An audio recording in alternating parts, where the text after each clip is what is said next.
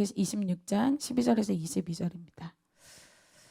제가 봉독하도록 하겠습니다. 마지막 절만 같이 읽겠습니다.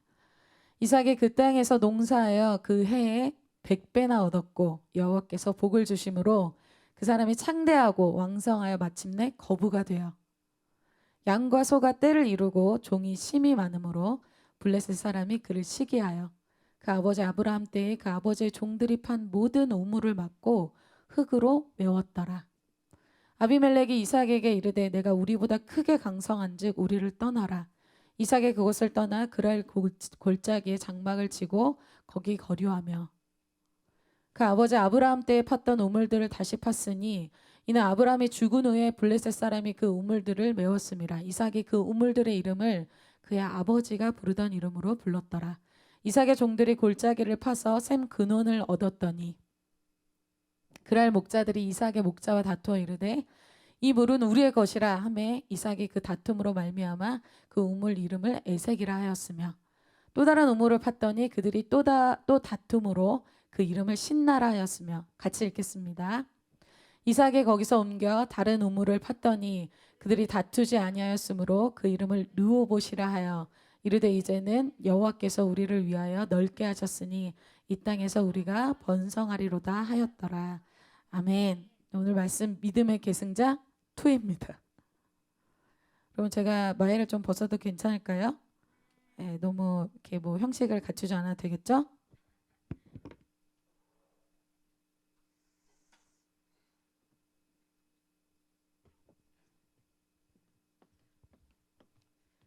네, 우리는 지지난주에 아브라함을 한 사람을 통해서 하나님이 믿음의 이런 역사를 시작하시고 또 그 다음 믿음의 계승자인 이삭을 통해서 그 일을 이루시는 것을 봤습니다. 그래서 이삭이 어떤 훈련을 받았는지는 기억이 안 나셔도 괜찮습니다.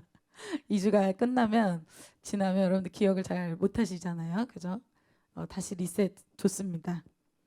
오늘은 아브라함으로 시작된 이 믿음의 역사, 어떻게 보면 정말 작고 초라한 이러한 아브라함을 통해서 하나님이 이삭을 세우시고 또 이삭을 통해서 계속 이어진 그런 믿음의 계보가 제자들을 통해서 또 우리까지 이어왔습니다. 이 모든 믿음의 계승자들의 아주 동일한 부르심에 동일한 점이 있습니다. 그것은 뭐냐면 나를 자랑할 수 있는 사람이 아니라 하나님을 자랑할 수 있는 사람을 하나님이 부르신다는 것입니다. 그것이 고린도후서 4장 7절 말씀입니다. 우리가 이 보배를 질그릇에 가졌으니 이는 심히 큰 능력은 하나님께 있고 우리에게 있지 아니함을 알게 하려 함이라. 아멘. 이 보배를 이 놀라운 예수 그리스도와 또 하나님을 이 질그릇에 가졌대요.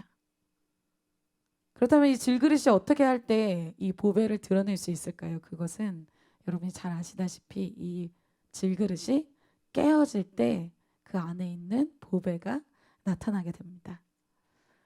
그러한 질그릇이 깨어지는 것을 보여주신 분이 바로 여러분이 오늘 찬양하고 여러분이 너무나 사랑하는 바로 예수님이십니다. 예수님은 사실 이 땅에 오실 때 금수저로 오시진 않았습니다. 금그릇이 아니셨다는 거죠. 예수님 오실 때 정말 작고 초라한 그러한 모습으로 오셨습니다. 그런데도 놀라운 것은 예수님은 하나님의 영광을 완벽하게 드러내는 인생을 사셨다는 것입니다.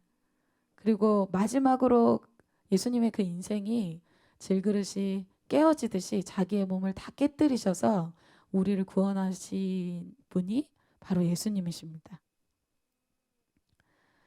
그것은 예수님뿐 아니라 아브라함도 또 이삭도 또 믿음의 사람으로 불러주신 우리에게 동일한 훈련이 있습니다. 즉 우리의 훈련은 질그릇이 깨지는 훈련입니다. 오늘 이삭이 이 질그릇이 깨어지는 이 훈련을 어떻게 받았는지 그리고 어떻게 하나님이 축복하셨는지 이 훈련과 축복을 보도록 하겠습니다. 이것은 이삭의 이야기가 아니라 우리의 이야기가 되어서 우리에게 주시는 이 훈련을 통과하고 또 하나님이 주시는 축복을 받는 그런 이삭의 세대로 여러분이 주인공으로 축복받으시기를 선포합니다. 네, 첫 번째로 하나님이 이삭에게 주시는 훈련은 흉년을 통한 훈련입니다. 오늘 본문의 창세기 26장은 흉년이라는 시간을 사건으로 시작된 이야기입니다. 그래서 이런 흉년이라는 사건과 같이 우리의 인생에 어떤 문제가 있다는 것, 여러분 요즘에 풍년인가요? 아니면 여러분 흉년인가요? 여러분 재정 문제, 진로 문제, 친구와 문제, 나의 어떤 영적인 변화의 문제, 이것이 풍년입니까? 아니면 흉년입니까? 그러나 이삭의 인생을 전체로 보면 뭔가 이런 나에게 흉년인 것 같은 뭔가 좋지 않아 보이는 이런 사건을 통해서 하나님이 이삭을 그리고 우리를 만나 주십니다. 우리의 삶이 캠퍼스에서 공부도 쉽고 뭐 재정도 많고 또 뭐 직장도 너무 좋고 이렇게 될 때는 이런 육신적인 형통함이 계속되어지면 사실은 하나님을 찾지는 않게 되죠. 여러분 그렇죠? 저도 마찬가지입니다. 저도 이제 제가 집이 이렇게 좀 떠돌이로 다니다가 여기 바로 5분 거리로 제가 이사를 하나님의 축복으로 오게 됐습니다. 아주 조금한 축복이라고 생각하실 수도 있지만 저에게는 굉장한 블레싱이었어요. 그래서 그 조그만 이 고난도 끝나니까 제가 저의 삶을 이렇게 누리게 되더라고요. 뭔가 나의 삶의 고난이 끝나고 뭔가 조금만 편안해졌을 때가 되면은 하나님을 찾지 않는 저를 보면서 제가 진짜 죄인이구나. 그걸 깊이 깨닫게 됐어요. 근데 이삭도 사실은 어떻게 보면 이삭이 오래 걸리긴 했지만 결혼도 했고 또 자기가 원하는 아이들도 낳았습니다.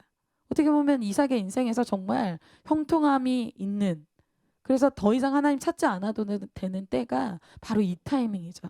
그런데 하나님이 이때 이삭을 하나님을 찾도록 흉년이라는 사건을 주시죠. 여러분 흉년은 뭐예요? 농작물이 잘 되지 않고 기근이 든 상태죠. 그 고대 시대에서는 이 농작물이 잘 되지 않는 건 거의 물 때문입니다.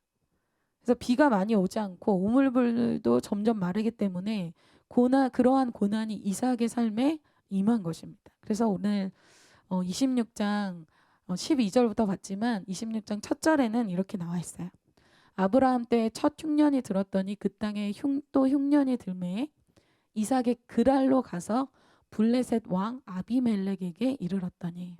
그럼 오늘 좀 지역 그리고 이름들 많이 나오지만 많이 기억하시지 않아도 괜찮습니다. 헷갈려요. 아무튼 이삭이 흉년 때문에 그랄이라는 곳에 갔습니다. 오늘 이야기가 사실은 흉년으로 시작해서 우물 이야기로 끝나거든요. 그런데 이삭에게는 이러한 고난이 하나님을 만날 수 있는 아주 이후의 스토리들이, 하나님과 나만이 알 수 있는 엄청난 스토리들이 시작되는 타이밍입니다. 그래서 저도 생각해보면 정말 스토리가 주님과 많았을 때는 캠퍼스였던 때였던 것 같아요. 그때만 생각하면 너무 뭔가 설레고 너무나 하나님이 내 눈앞에 계신 것처럼 많이 느껴졌어요. 재정도 없었고 공부도 너무 늦게 시작했고 너무 공부도 떨리고 수업 시작 전에 항상 기도했어요. 하나님 저에게 지혜를 주세요. 그리고 재정이 없어가지고 하나님 저에게 좀 돈 좀 주세요. 이런 기도를 정말 많이 했던 것 같아요. 그러면서 하나님을 그런 흉년 같은 나에게 뭔가 부족하고 나에게 없고 나의 진짜 진로가 불투명하고 어떤 이러한 사건 속에서 정말 주님을 많이 만났습니다. 여러분에게 있는 어떤 어려움, 고난, 이것이 하나님을 만나는 기회가 된다는 것을 여러분 믿으시기를 바랍니다. 원래 있던 이 네게부 땅에서, 원래 이 이삭은 네게부 땅에 있었습니다. 그 땅에 흉년이 들어서 그 흉년을 피해서 그랄 땅으로 오늘 이삭이 온 내용이 26장 내용입니다. 그런데 원래 이삭의 계획은 어떤 계획이었냐면 네게부 땅에서 그랄 땅을 찍고 그 다음에 이제 애굽으로 가려는 계획이었죠. 그런데 하나님이 이삭의 거주지를 정해 주십니다. 아까 얘기한 대로 이삭의 최종 이 목적지는 애굽이었어요. 그런데 주님이 2절에 이렇게 말씀하시죠. 여호와께서 이삭에게 나타나 이르시되 애굽으로 내려가지 말고 내가 내게 지시하는 땅에 거주하라 이렇게 말씀하세요. 애굽은 이 흉년을 피하기에 정말 좋은 장소였겠죠. 그래서 아브라함 때에도 이 아브라함이 똑같이 이 애굽으로 흉년 때에 내려가는 내용이 나옵니다. 어떻게 보면 당연할 수 있죠. 자신 안에 자신에게 일어난 이 흉년을 피하기 위해서 누구라도 생각할 수 있는 대책이었을 것입니다. 그러나 하나님은 이삭에게 나타나셔서 애굽으로 가지 말라라고 오늘 말씀하십니다. 하나님은 아브라함처럼 이 이삭에게도 자신이 지시하는 땅으로 가도록 훈련하십니다. 즉 사람마다 그 하나님이 정해놓은 자리가 있다는 것입니다. 모든 사람이 어떤 곳에서 다른 곳으로 움직이는 것은 다 이유가 있죠. 오늘처럼 물이 없기 때문에 물이 없는 곳으로, 물이 있는 곳으로, 재정이 없기 때문에 재정이 있는 곳으로, 아니면 여긴 너무 저평가되는 곳이야. 이 명예를 찾아서 명예가 있는 곳으로 다 이동하는 데는 이유가 있습니다. 아니면 훈련이 있는 사람은 훈련이 없는 곳으로 그렇게 갈 수도 있겠죠. 그러나 오늘 하나님이 기뻐하시는 이삭의 모습은 자기의 계획은 애굽으로 가는 것이었지만 애굽으로 가지 않고 그랄에 머무는 것입니다. 그럼 바보 같아서 그럴까요? 계산이 안 돼서 그럴까요? 아무 생각이 없어서 그럴까요? 그렇지 않습니다. 하나님을 믿는 믿음이 있는 사람만 이렇게 할 수 있습니다. 하나님의 사람은 하나님이 지시하는 그 땅에 있는 사람입니다. 그렇게 순종하는 이삭에게 오늘 하나님이 축복하시죠. 축복하시는 하나님에 대해서 보겠습니다. 그 당시 흉년이었기 때문에 농사 또 목축업을 하는 이삭이 아마 이 시즌은 정말 이삭에게는 위기였겠죠. 농사도 그렇고 이 양과 소를 기르는데 물이 없기 때문에 위기였을 것입니다. 그런데 오늘 읽은 본문은 하나님이 이스라엘 땅 그랄에 있을 때 하나님이 축복하시는 그 내용으로 오늘 시작합니다. 오늘 읽은 12절, 13절, 14절을 보겠습니다. 이삭이 그 땅에서 그랄 땅에서 농사하여 그 해 100배나 얻었고 여호와께서 복을 주심으로 이렇게 말씀하고 있고, 그 사람이 창대하고 왕성하여 마침내 거부가 돼요. 14절 양과 소가 떼를 이루고 종이 심이 많음으로. 갑자기 영적인 공기가 뭐 바뀌는 게 느껴지는데 굉장히 훈훈한 분위기로 거부가 됐고 막 심이 뭔가 많아지고 하나님의 엄청난 축복을 받았어요. 사실은 흉년이 아닌 때도 이 100배를 얻는다는 것은 사실 힘듭니다. 근데 심지어 흉년의 때에 이 이삭이 100배나 얻었다는 것은 어떻게 보면 하나님이 주신 기적이라고 할 수 있죠.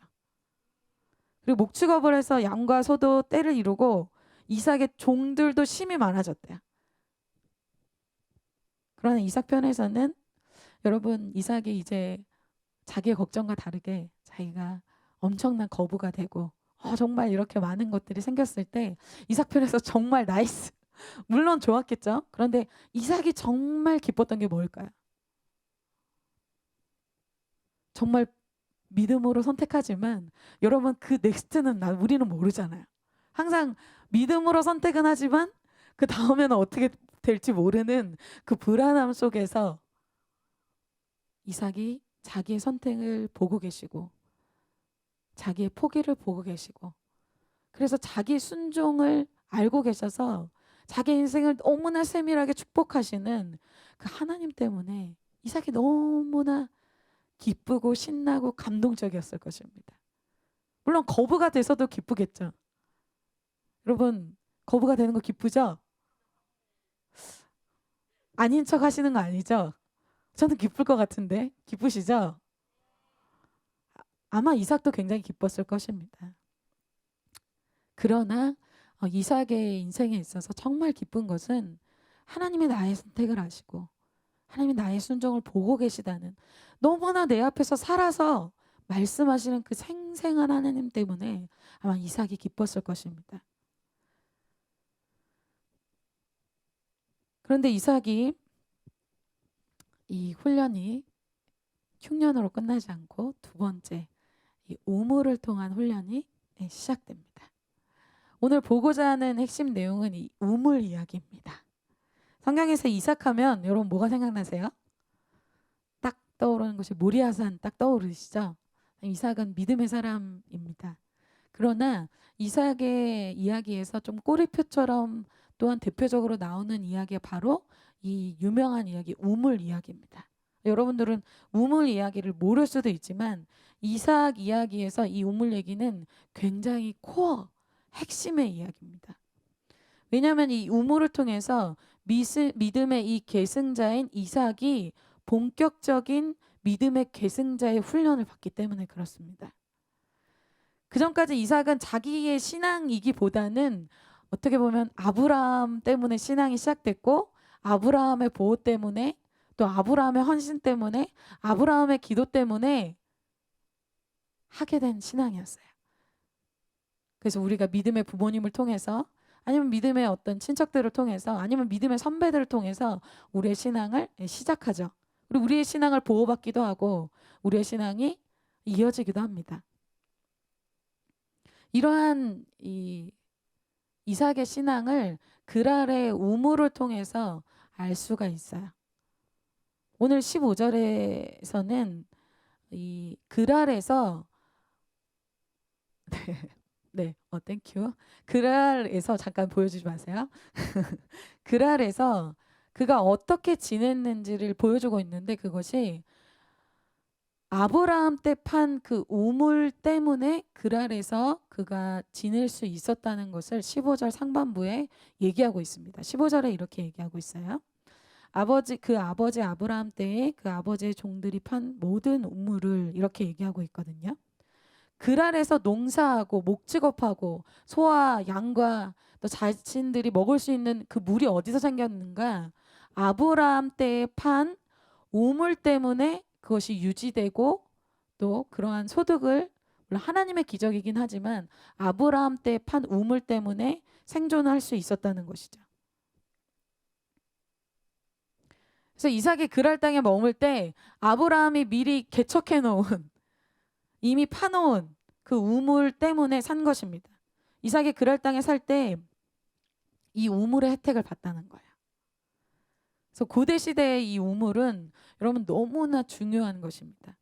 그래서 대부분 이 물의 원천, 사람이 마실 수 있고 또 동물들이 마실 수 있는 이 물의 원천이 우물밖에 없었기 때문에 대부분 농사를 지을 때 그 농사지 옆에 아니면 자기의 집 옆에 이 우물을 파고 또 준비해 놓죠. 그런데 이 우물을 파는 게 쉽지 않습니다. 왜냐하면 판다고 해서 물이 나오지 않기 때문이죠. 여러분 캠퍼스를 비유하면 여러분이 캠퍼스 간다고 바로 그 캠퍼스 개척됩니까? 개척이 안 된다는 거예요. 개척 어렵습니다. 그런데 여러분들이 이미 학교에 입학을 했는데 이미 모임이 학교에 세팅이 돼 있어. 이미 우물이 만들어져 있어. 이미 돼 있는 거야. 그것은 누구의 헌신 때문일까요? 여러분의 선배 세대, 아브라함으로 헌신한, 기도한, 자기의 눈물을 심은 그러한 사람들 때문에 그 모임이, 그 우물이 있게 된 것입니다. 그래서 이스라엘이 이 우물이 얼마나 중요한지 여러분 이스라엘 역사에 딱 보면은 이스라엘이 가나안에 들어갈 때 하나님이 내가 너희를 이렇게 축복해 주겠어 얘기할 때 어떤 축복을 얘기해 주냐면 니네가 파지 않은 우물을 내가 줄 거야. 이것이 얼마나 대박인지 하나님이 그걸 약속하셨어요. 그리고 민수기에 보면은 우물송이 있어요. 우물송. 그래서 우물물아 솟아라 막 이런 노래가 있어요. 그게 얼마나 축복이었는지 우리는 무슨 이게 뭐가 축복이야 그렇지만 그 우물에 대한 스토리가 성경에서는 그게 얼마나 큰 블레싱인지 하나님이 가나안 땅 들어갈 때도 또 노래가 있을 정도로 그 우물이 큰 특별한 블레싱이었다는 것입니다. 내가 노력하지 않고 내가 개척하지 않았는데 나의 캠퍼스에서 모임이 있고 이미 선배들이 있고 벌써 세팅되어진 셀이 있다는 것은 그냥 되어진 것이 아닙니다. 하나님의 특별한 블레싱과 특별한 선배들의 헌신이 있었기 때문이죠. 그래서 앞서서 아브라함이 눈물로 또 헌신으로 기도로 세워놓은 그러한 우물의 혜택을 그랄 땅에서 이삭이 경험했다는 것입니다. 그래서 이것은 이삭의 어떤 신앙을 말해줘요. 그동안의 이삭이 사실은 아버지의 어떤 신앙의 권면, 신앙의 보호, 헌신의 혜택을 받고 자랐습니다. 그런데 이제 아브라함이 죽고 하나님께서는 이제는 이삭의 훈련으로 이삭이 헌신해서 이삭이 눈물을 흘려서 이삭이 기도를 해서 하나님이 그 우물을 파기를 원하십니다. 선배들이 수고해서 선배들이 수고로 그 혜택을 누리면서 살았던 삶에서 내가 땅을 파서 내가 땅을 개간해서 내가 우물을 파서 그 우물을 얻는 삶을 이삭에게 훈련하시는 것입니다. 그래서 오늘 이 말씀은 저희 JUC의 JCM으로 넘어가는 저희에게 정말 필요한 말씀이라는 생각이 듭니다. 제가 이 말씀을 묵상하면서 이 사건이 이런 거였구나. 하나님 나에게 주시는 메시지가 이거구나. 그래서 혼자 너무 신이 나고 너무 기대가 되고 그러한 묵상의 시간이었어요. 우리가 이삭의 세대가 돼서 사실은 우리가 이렇게 누리고 있는 이 장소, 우리가 누리고 있는 MTC, 이 모든 것이 사실 우리 선배 세대, 우리 아버님 세대, 우리 부모님 세대, 우리 부모 세대가 헌신한 것 때문에 우리가 있습니다. 그러나 이제는 우리가 개척하고 우리가 기도해서 우리가 헌신해서 우리가 새로운 우물들을 파는 그러한 역사가 일어나게 될 것을 선포합니다. 첫 번째로 이삭이 우물을 파게 되는데 사실 이삭이 원해서 판 것은 아닙니다. 여러분 누가 고생을 자초하겠습니까? 이삭이 우물을 파게 된 것은 이삭이 거부가 되고 100배의 축복을 받고 놀랍게 창성하게 되자 그 땅에 있던 블레셋 사람들이 시기해서 그 우물을 막아버렸기 때문에 시작됩니다. 시기심으로 막힌 우물에 대해서 보겠습니다. 흉년의 때에 100배의 축복을 받았어요. 종도 심이 많아졌고 가축도 많아졌습니다. 그런데 그 땅에 있던 블레셋 사람이 이삭을 시기했다라고 말씀하고 있죠. 14절 15절에 이렇게 말씀하고 있습니다. 양과 소가 떼를 이루고 종이 심이 많으므로 블레셋 사람이 그를 시기하여 15절 그 아버지 아브라함 때 그 아버지의 종들이 판 모든 우물을 막고 흙으로 메웠더라 이렇게 말씀하고 있어요. 하나님이 잘되게 한 이삭을 하나님이 형통하게 한 이삭을 블레셋 사람이 시기했다라고 말씀하고 있어요. 하나님이 형통하게 하고 하나님이 높여주는 사람을 미워하는 것이죠. 여러분 그러나 이것을 그냥 이렇게 가벼운 한마디로 정의할 수는 없습니다. 왜냐하면 우물물을 막는다는 것은 가벼운 이야기가 아니에요. 우물은 생존하고 관련이 있습니다. 이제 더 이상 이 우물을 막는다는 것은 이 그랄 땅에서 활동하지 못하도록 아예 씨를 말리는 것과 같습니다. 더 이상 번성하게 되지 못하도록 완전히 막아버리는 거예요. 한마디로 그 사람의 그 커뮤니티, 그 공동체의 미래를 망가뜨려 버리는 거예요. 이삭 개인이 아니죠. 이삭의 커뮤니티 공동체는 엄청난 공동체입니다. 그런데 이 공동체의 미래를 막아버리고자 하는 시도예요. 성경에서는 시기하는 사람들의 이야기가 많이 나오죠. 가인과 아벨의 사건도 그렇고 가인이 아벨을 시기했고 또 요셉의 형들이 요셉을 시기했고 또 사울이 다윗을 시기합니다. 시기가 문제가 되는 것은 시기는 하나님의 주권을 인정하지 않는 거죠. 하나님이 형통하게 하는 이삭을 인정할 수가 없는 거예요. 그래서 결국 이것은 하나님의 반대편에 속하게 됩니다. 내가 원하든 원하지 않든 시기의 죄는 하나님의 반대편에 속하게 돼요. 결국은 하나님의 사람을 핍박하거나 죽이거나 악한 도구로 쓰임받게 되어 있습니다. 여러분, 사울이 다윗을 왜 시기하게 됐습니까? 사울이 죽인 자는 천천인데 다윗이 죽은 자는 만만이다. 그 얘기 듣자마자 불쾌하기 시작했어요. 다윗을 그때부터 주목하기 시작했다라고 얘기해요. 시기심은 자세히 보면 자신이 인정받고 자신이 영광받고 자신이 사랑받는데 매우 집중되어 있습니다.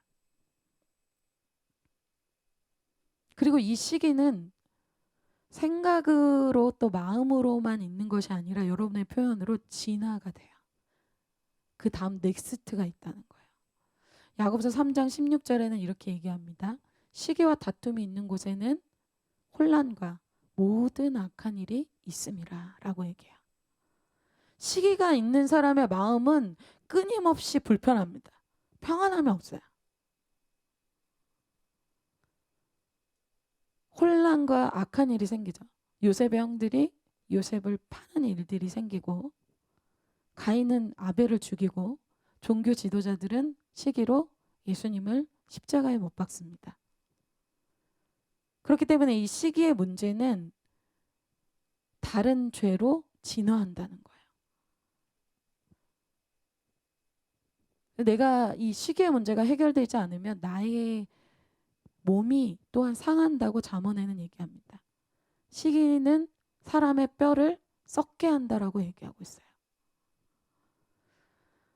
저는 저의 인생에 이 시기심의 문제를 하나님이 크게 최근에 다루셨습니다. 저는 이 마음이 평안하지 않은 마음이 뭔지를 아주 잘 압니다. 하나님이 저의 그 문제를 깊이 다루시기 시작할 때 정말 고통스러웠어요. 근데 하나님이 이제 금요철야 때 말씀을 듣고 또 기도하는 가운데 하나님이 저의 죄를 다루시면서 그런 얘기를 하셨습니다. 저에게 주신 어떤 메시지 같았어요. 하나님이 주시는 음성 같았습니다. 너가 왜 꼭 1등이어야 되니? 너가 꼭 왜 인정받아야 되니? 너가 꼭 사랑받아야 되니? 그 얘기를 하시는데 한 대 탁 얻어맞은 느낌이었어요. 나에게 집중된 그 시기심, 내가 인정받고자 하는 그 시기심, 내가 사랑받아야 되는 그 이기적인 마음을 하나님이 비추시는데 할 말이 없더라고요. 그래서 저도 모르는 사이에 하나님의 역사에 걸림이 되고 하나님 반대편에 섰다는 것을 깨닫고 너무 놀랐습니다. 회개하고 그것이 해결이 되자 마음에 정말 이 세상의 모든 이 폭풍 가운데 잠잠한 것처럼 아주 평안한 마음이 들기 시작했어요. 이 시기심은 회개로 해결함 받아야 됩니다. 이 시기의 문제를 해결함 받으시기를 축복합니다. 사실 이렇게 우물을 막는 것은, 블레 사람이 이렇게 우물을 막는 것은 정말 말도 안 되는 지금 일인데, 더더군다나 지금 상황에서 블레셋 사람의 이 왕 아비멜렉이 이삭에게 와서 이런 말을 합니다. 아비멜렉이 이삭에게 이르되 내가 우리보다 크게 강성한즉 우리를 떠나라. 와, 오히려 자기의 블레셋 사람들이 이 우물을 막은 것에 대해서 이삭이 따지고 항의하고 그것에 대해서 얘기해야 될 판에 블레셋의 왕인 아비멜렉이 와서 오히려 이 지역을 떠나라는 거예요. 이 지역에서 활동을 못하도록 완전 막아버리는 거예요. 와, 너무 부당한 일입니다. 근데 여러분, 실제 지금 상황이 어때요? 16절에 이 말씀에 보면 아비멜렉 자기 자신이 이렇게 얘기하죠. 네가 우리보다 크게 강성하다, 이렇게 얘기해요. 크게 강성하다는 건 뭐예요? 이삭 커뮤니티가 공격을 하면 블레셋 커뮤니티가 당할 수 있다는 거예요. 누가 강한 자? 지금 이삭 커뮤니티가 엄청나게 강한 자라는 거예요. 그래서 이삭이 지금 들고 일어나면은 이 블레셋의 말도 안 되는 일들에 대해서 심판할 수 있는 능력을 가진 강한 자라는 것입니다. 아비멜렉이 이렇게 고백할 정도니 이삭의 커뮤니티는 약한 커뮤니티가 아닙니다. 이렇게 아비멜렉 왕이 얘기하니까 어쩔 수 없이 우리가 그냥 도망가야지, 그런 상태가 아니라는 겁니다. 강한 자가 누구예요? 이삭이 더 강한 자였습니다. 그래서 이는 이로 더 강하게 피해를 주고 똑같이 상대해 줄 수 있는 그런 사람이 이삭이라는 거예요. 그래서 옳고 그름 따져서 시시비비를 따져서 반격하고 강하게 공격할 수 있는 사람이 이삭이라는 것입니다. 그런데 믿음의 계승자 이삭이 오늘 어떻게 합니까? 이삭이 그곳을 떠나 그랄 골짜기에 장막을 치고 거기 거류하며, 이삭이 그곳을 그냥 떠납니다. 그곳에 떠나서 그랄 골짜기에 장막을 치고 거기에 거주지를 옮기자. 어떻게 하는 겁니까? 이길 수 있는데 지는 방법을 하는 것입니다. 강하지만 약해지는 것을 선택하는 것입니다. 힘이 없어서가 아닙니다. 능력이 없어서가 아닙니다. 하나님이 원하시는 자리에 이제 있지 않아도 되는구나, 이제 애굽으로 가야지, 그런 꾀를 낸 것도 아니에요. 그랄 골짜기에 그가 머물죠. 영적으로 정말 강한 자가 어떤 사람입니까? 반드시 복수해주고 할 말을 해주고 이해는 이로 더 강한 자가 되어서 눌러주는 사람이 강한 것입니까? 이삭은 선으로 악을 이기는 모습을 보여줍니다. 로마서에 이렇게 말씀하고 있어요. 다 같이 한번 읽어볼까요? 처한 곳에서도 다 같이 한번 읽어보겠습니다. 시작! 아무에게도 악을 악으로 갚지 말고 모든 사람 앞에서 선한 일을 도모하라. 할 수 있거든 너희로서는 모든 사람과 더불어 화목하라. 악에게 지지 말고 선으로 악을 이기라. 아멘. 악을 악으로 갚지 않고 시시비비를 가르지 않고 오늘 이삭은 다시 그랄 골짜기에 가서 우물을 파기 시작합니다. 우물 이야기가 계속되는데요. 그래서 18절에 이렇게 얘기하고 있죠. 그 아버지 아브라함 때 팠던 우물을 다시 팠으니, 그랄 골짜기에 갔는데 또 아브라함이 그랄 골짜기에서도 머물렀기 때문에 그곳에서도 아브라함이 팠던 우물이 있었습니다. 이는 아브라함이 죽은 후에 블레셋 사람이 그 우물을 메웠습니다. 블레셋 사람이 그 우물들을 메워놓은 상태였어요. 그런데 이삭이 그 우물들의 이름을 그의 아버지가 부르던 이름으로 불렀더라. 19절에 이삭의 종들이 골짜기를 파서 샘 근원을 얻었더니, 이렇게 말하고 있어요. 아브라함이 그랄 골짜기에 파놓았던, 그러나 블레셋 사람들이 막았던 그 우물을 다시 이삭이 그랄 골짜기로 옮겨져서 파기 시작합니다. 아무래도 아브라함이 파놓았던 이 우물이기 때문에 그곳에 다시 샘 근원을 찾을 수 있었던 것이죠. 그리고 이삭이 이 샘물이 다시 터졌을 때 이삭은, 우리가 이삭의 인격을 계속 보고 있는데요. 이삭이 이 우물의 이름을 아브라함 때 부르던 이름으로 부릅니다. 이것을 내가 했어. 이건 내가 한 거야. 내 이름을 내기 위해서 막 애쓴 것이 아니라 자기 아버지의 헌신을 기억하고 아버지의 때에 부르던 이 우물 이름으로 그가 불렀다는 것입니다. 그런데 여기로 끝나면 좋겠는데, 아브라함 때 이 파졌던 우물을 다시 이삭이 파서 샘 근원을 얻었더니 또다시 다툼이 일어나기 시작합니다. 다툼으로 주게 되는 우물 보겠습니다. 그랄 골짜기에 옮겨서 그랄 골짜기에서 샘을 얻었는데 샘이 또 나오자마자 어떤 일이 생겼는가? 다툼이 일어납니다. 20절에 그랄 목자들이 이삭의 목자와 다투어 이르되 이 물은 우리의 것이라 하매 이삭이 그 다툼으로 말미암아 그 우물 이름을 에색이라 하였으며, 그랄에 있던 목자들이 갑자기 이삭이 우물을 파서 물이 나오자 그랄 목자들이 와서 이건 우리 거야 이렇게 얘기하는 거야. 말도 안 되는 일이죠. 아까도 이야기했지만 그럼 우물은 언제든지 파서 나오는 것이 아닙니다. 그리고 다시 파는 것도 오래 걸려요. 그 당시에 우물을 팔 때 한 30m를 팠다고 합니다. 이거를 파는데 얼마나 수고와 헌신이 들었겠어요. 그런데 다 파놓으니까 샘 근원이 나오니까 이거 내 거야 이러는 거야. 여러분 별로 이렇게 소울이 안 느껴지는데, 여러분 시험 기간에 한번 생각해 보세요. 여러분들 전공 페이퍼를 다 준비해놨어. 밤새서 내가 써머리 해놓은 이거는 완전 핵심 이거 나 아무도 줄 수 없는 페이퍼예요. 근데 옆에 친구가 와가지고 야 그 페이퍼 좀 줘. 여러분 줄 수 있겠어요? 그 달라고 부탁하는 것도 아니고 당연히 와서 달라고 하는 거예요. 그 페이퍼 줄 수 있겠어요? 주기 싫겠죠. 안 주겠죠. 네가 공부해서 네가 써머리해 이렇게 말하겠죠. 그런데 이삭이 열심히 해서 파놓은 그 우물을 물이 나오니까 달라고 하는 거예요. 말도 안 되는 일이죠.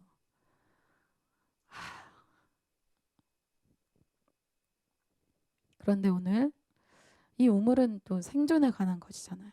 그런데 이런 부당한 상황에서 어떻게 합니까? 이삭이 다투지 않고 그 우물을 그 목자들에게 줍니다. 그리고 다른 새 우물을 파게 됩니다. 근데 또다시 우물을 팠는데 또 싸움이 시작된 거예요. 21절에 또 다른 우물을 팠더니 그들이 또 다툼으로 그 이름을 신나라였으며. 아마 이삭의 이 목자들이 막 싸웠다고 하잖아요. 저는 이삭의 목자 편이에요, 사실. 와, 어떻게 이럴 수 있지? 잠을 잘 때 생각하면서 그런 생각이 들었겠죠. 아니 어떻게 그럴 수 있지? 이게 말이 되나? 잠이 안 오고 보복해주고 정당성 얘기해주고 아니 지금 당신이 제정신입니까? 얘기해주고 싶고 정말 시시비비를 가려서 정말 물어뜯어주고 싶은 여러분 죄송합니다. 저의 인격이 이삭의 목자들의 이 마음이 아마 그랬을 거예요. 손바닥도 마주쳐야 뭐 소리가 난다고. 그쪽에서 싸움을 걸어도 이삭의 목자들은 참으면 되는데 이삭의 목자들은 아마 얘기했겠죠. 니네가 파. 니네가 노력해서 해. 왜 우리가 파는 것마다 와서 이것을 빼앗아 가는가. 아마 그렇게 얘기했겠죠. 우리의 마음에는 이런 마음이 있습니다. 그렇죠? 화가 나고 정말 분노하고 혼내주고 이런 생각이 들었겠죠. 이때 한두 번은 이렇게 봐주니까 안 되겠네. 만만하게 봐서 안 되겠네. 이제 아주 혼을 내줘야겠다. 본때를 보여줘서 아주 우리 이 커뮤니티의 힘을 보여주겠어. 그렇게 할 수도 있겠죠. 내가 이렇게 잘 섬겨주고 잘 도와주니까 아주 안 되겠네. 요번에 아주 본때를 보여주겠어. 그렇게 할 수도 있다는 거예요. 그런 성경에서 그렇게 분노하는 일이 생길 때 어떻게 하라고 합니까? 에베소서 4장 26절에 분을 내어도 죄를 짓지 말며 해가 지도록 분을 품지 말고 마귀에게 틈을 주지 말라. 이렇게 얘기해요. 여러분 분을 내는 것 자체가 죄는 아닙니다. 하나님은 공의의 하나님이에요. 그래서 우리에게 공의의 마음이 있습니다. 옳지 않은 일에 대해서 우리가 분노할 수 있다는 거예요. 그 자체는 죄가 아닙니다. 그런데 뭐가 문제예요? 그 분노를 참지 못해서 판단하고 다투고 그러한 일이 생긴다는 것이죠. 그럴 때 마귀에게 틈이 생깁니다. 그것을 통해서 커뮤니티가 분열되고 서로 묶이고 방해를 받는다는 것이죠. 그래서 어떤 사람들은 이 시기의 문제 때문에 자기의 신앙이 멈추고 이 분노의 문제, 이 다툼의 문제 때문에 자기의 신앙이 멈추는 사람들이 있습니다. 그런데 이삭은 반대로 합니다. 원수가 줄이면 먹이고 목마르면 마시게 합니다. 섬기는 삶으로 이삭이 이 훈련을 통과합니다. 22절에 이삭이 또 옮겼어요. 거기서 옮겨 다른 우물을 팠더니 여러분 이삭이 너무 약하고 이 상태를 보니까 이삭은 굉장히 소심한 사람인가 보다. 굉장히 유약한 사람인가 보다. 싸움을 싫어하는 사람인가 보다. 이렇게 다툼을 하지 못하는 사람인가 보다. 저는 이렇게 생각이 들 정도더라고요. 그런데 여러분 한번 생각해 보세요. 아브라함의 스토리 중에 그런 스토리가 있습니다. 조카인 이 롯이 잡혀갔을 때가 있었습니다. 그럴 때 아브라함이 자기의 이 밑에 있는 종들 318명을 데리고 자기에게 길리고 훈련된 종들을 데리고 이 연합군 4개가 연합한 연합국을 상대로 318명하고 가가지고 다 때려 부수고 롯을 구출한 내용이 나옵니다. 여러분 그 사람이 누구예요? 이삭의 아버지라는 거예요. 이삭이 어떤 사람이었겠어요? 지금 상황에서 싸울 수 없는 사람? 아니에요. 이삭은 싸울 수 있어요. 이삭은 강한 사람이에요. 이삭은 싸우면 이길 수 있는 사람이에요.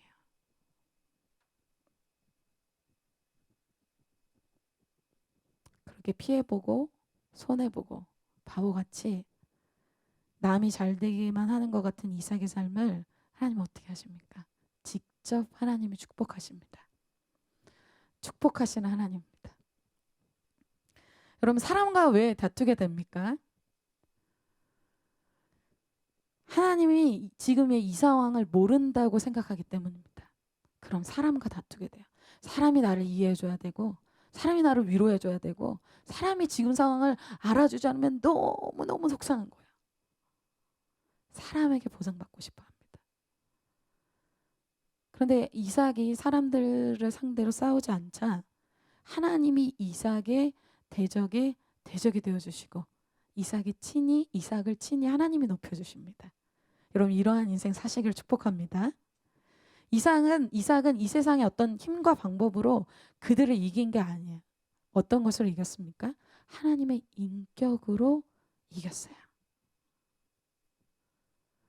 그래서 22절에 보면 여러분 굉장히 특이한 점을 계속해서 볼 수 있죠. 22절에 다투지 않고 다시 우물을 팠는데 그 우물을 르호봇이라고 했죠. 그래서 그곳은 넓은 곳이었습니다. 이 땅에서 우리는 번성하게 될 것이다. 이상하게 이삭이 우물을 파는 곳마다 샘물이 터집니다. 우연이 아니죠. 르호봇에서도 물이 나왔죠. 그러니까 이삭은 사람이 나에게 어떻게 해도 하나님이 나에게 갚아주시는 분이라는 것을 믿었고 그러한 하나님을 계속해서 만나게 됩니다. 이러한 과정에서 이삭은 또한 어떻게 됩니까? 자기의 인생을 너무나 세밀하게 알고 있고 나의 인생을 대신 축복하시고 대신 갚아주시는 그 하나님을 만날 뿐만 아니라 직접 우물을 파면서 자신의 하나님을 아주 생생하게 만나는 그러한 체험. 이제는 아브라함의 하나님이 아니라 자기의 헌신으로 자기의 훈련으로 자기의 하나님을 만나게 됩니다. 아마 이삭에게 이러한 글 아래서 쫓겨나는 말도 안 되는 정말 어이없는 이 사건을 만나지 않았다면 아마 그곳에서 계속 안주하고 있었겠죠. 그런데 하나님이 주신 훈련으로 그랄에서 그랄 골짜기 거기서 또 에색 또 신나 르호봇 막 이렇게 계속 이동하는 그런 과정을 통해서 계속해서 하나님이 개척의 우물을 파게 하십니다. 오히려 그것에 안주하지 않고 더 넓은 영역을 계속해서 우물을 파면서 이삭에게 허락하시는 것입니다. 그래서 이 이삭이 얻은 이 땅은 무엇과 비례합니까? 이삭이 얻은 이 우물은 무엇과 비례합니까? 이삭의 인격과 비례합니다. 하나님이 이삭을 훈련하실 때 어떠한 우리에게 당장 보이는 눈앞의 열매들 또 크고 놀라운 일보다 하나님의 관심은 무엇에 있습니까? 이삭의 인격에 있습니다. 어떤 누구라도 감당할 수 있는 그 이삭의 인격이 이삭의 지경을 결정합니다. 이삭의 인격은 예수님의 인격을 닮은 모습이죠. 온유하고 겸손한 모습입니다. 그것이 베드로전서에 이러한 예수님의 모습을 아주 잘 말씀하고 있습니다. 베드로전서 2장 21절부터 25절 제가 읽겠습니다. 이를 위하여 너희가 부르심을 입었으니 그리스도도 너희를 위하여 고난을 받으사 너희에게 본을 끼쳐 그 자취를 따라오게 하려 하셨느니라. 저는 죄를 범치 아니하시고 그 입에 괴사도 없으시며 욕을 받으시되 대신 욕하지 아니하시고 고난을 받으시되 위협하지 아니하시고 오직 공의로 심판하는 자에게 부탁하시며 친히 나무에 달려 그 몸으로 우리 죄를 담당하셨으니 이는 우리로 죄에 대하여 죽고 의에 대하여 살게 하심이라. 저가 채찍에 맞음으로 너희는 나음을 얻었나니 너희가 전에는 양과 같이 길을 잃었더니 이제는 너희 영혼의 목자와 감독 되신 이에게 돌아왔느니라. 아멘. 이 베드로전서의 말씀이 예수님의 인격을 또 예수님의 구원의 방법을 보여줍니다. 특별히 예수님은 우리를 구원하실 때 강한 칼을 찬 왕자의 모습으로 오시지 않고 오히려 질그릇 같은 모습으로 오셔서 자기가 깨어지는, 자기가 지는 것과 같은 십자가를 지는 그러한 죽어짐의 방법으로 우리를 구원해 주셨습니다. 그리고 그 모습은 예수님뿐만 아니라 베드로전서 2장 21절에 말한 것처럼 예수님을 따르는 우리에게도 이러한 부르심이 있다고 예수님 말씀하고 계십니다. 그 인격을 우리도 따라올 때 그러한 인격을 통해서 영원 구원의 열매가 맺혀지게 될 것을 이야기하시는 것입니다. 근데 여러분, 사실 우리가 이렇게 스토리로 얘기했지만 사실 이삭이 이러한 우물 과정을 겪으면서 아무렇지도 않았을까요? 아닙니다. 정말 많이 힘들었을 것입니다. 정말 많이 울었을 것입니다. 정말 하나님만이 아는 눈물의 고백이 있었을 것입니다. 한 가지 사건을 겪을 때마다 가슴이 깨어지고 부서졌을 것입니다. 나의 질그릇이 계속 깨어지고 금이 가고 그러한 과정을 이삭이 겪었을 것입니다. 그러나 이삭은 다른 사람과 싸우지 않았어요. 자기 자신과 싸웠습니다. 하나님의 사람들은 다른 사람과 싸우는 사람들이 아닙니다. 하나님의 사람들은 자기 자신의 내면과 싸우는 사람입니다. 한나는 분인나와 싸우지 않았죠. 기도의 싸움을 했습니다. 그리고 야곱은 에서와 싸우지 않았죠. 자기 자신과 싸우는 기도의 싸움을 했습니다. 이러한 과정에서 자신의 강한 것들이 깨어지는 자기 자신과의 싸움에서 믿음의 계승자들은 자신과의 싸움에서 승리한 것입니다. 결론이에요. 믿음의 계승자로서 하나님이 주신 훈련이 우리에게도 있습니다. 그리고 믿음의 계승자로서 살 때 이 훈련을 감당할 때 하나님이 주신 축복도 주님이 있다고 약속해 주십니다. 그것은 하나님이 거하라는 곳에 있는 훈련과 또 하나님이 주신 사건과 사람들을 통한 인격의 훈련이 있죠. 이것을 감당할 수 있는 사람은 믿음이 있는 사람만 통과할 수 있습니다. 어떤 믿음? 하나님이 나의 이 생계의 문제, 나의 진로의 문제, 나의 관계의 문제, 이러한 모든 문제들을 알고 계시고 하나님 앞에 살 때, 하나님을 선택할 때 하나님이 친히 갚아주시는 분이라는 것을 믿는 사람만 이 훈련을 통과할 수 있습니다. 이러한 사람을 통해서 하나님은 부흥의 우물에 샘을 주실 것입니다. 이삭과 같이 하나님을 선택해서 하나님의 축복을 받는 여러분이 되시기를 축복합니다.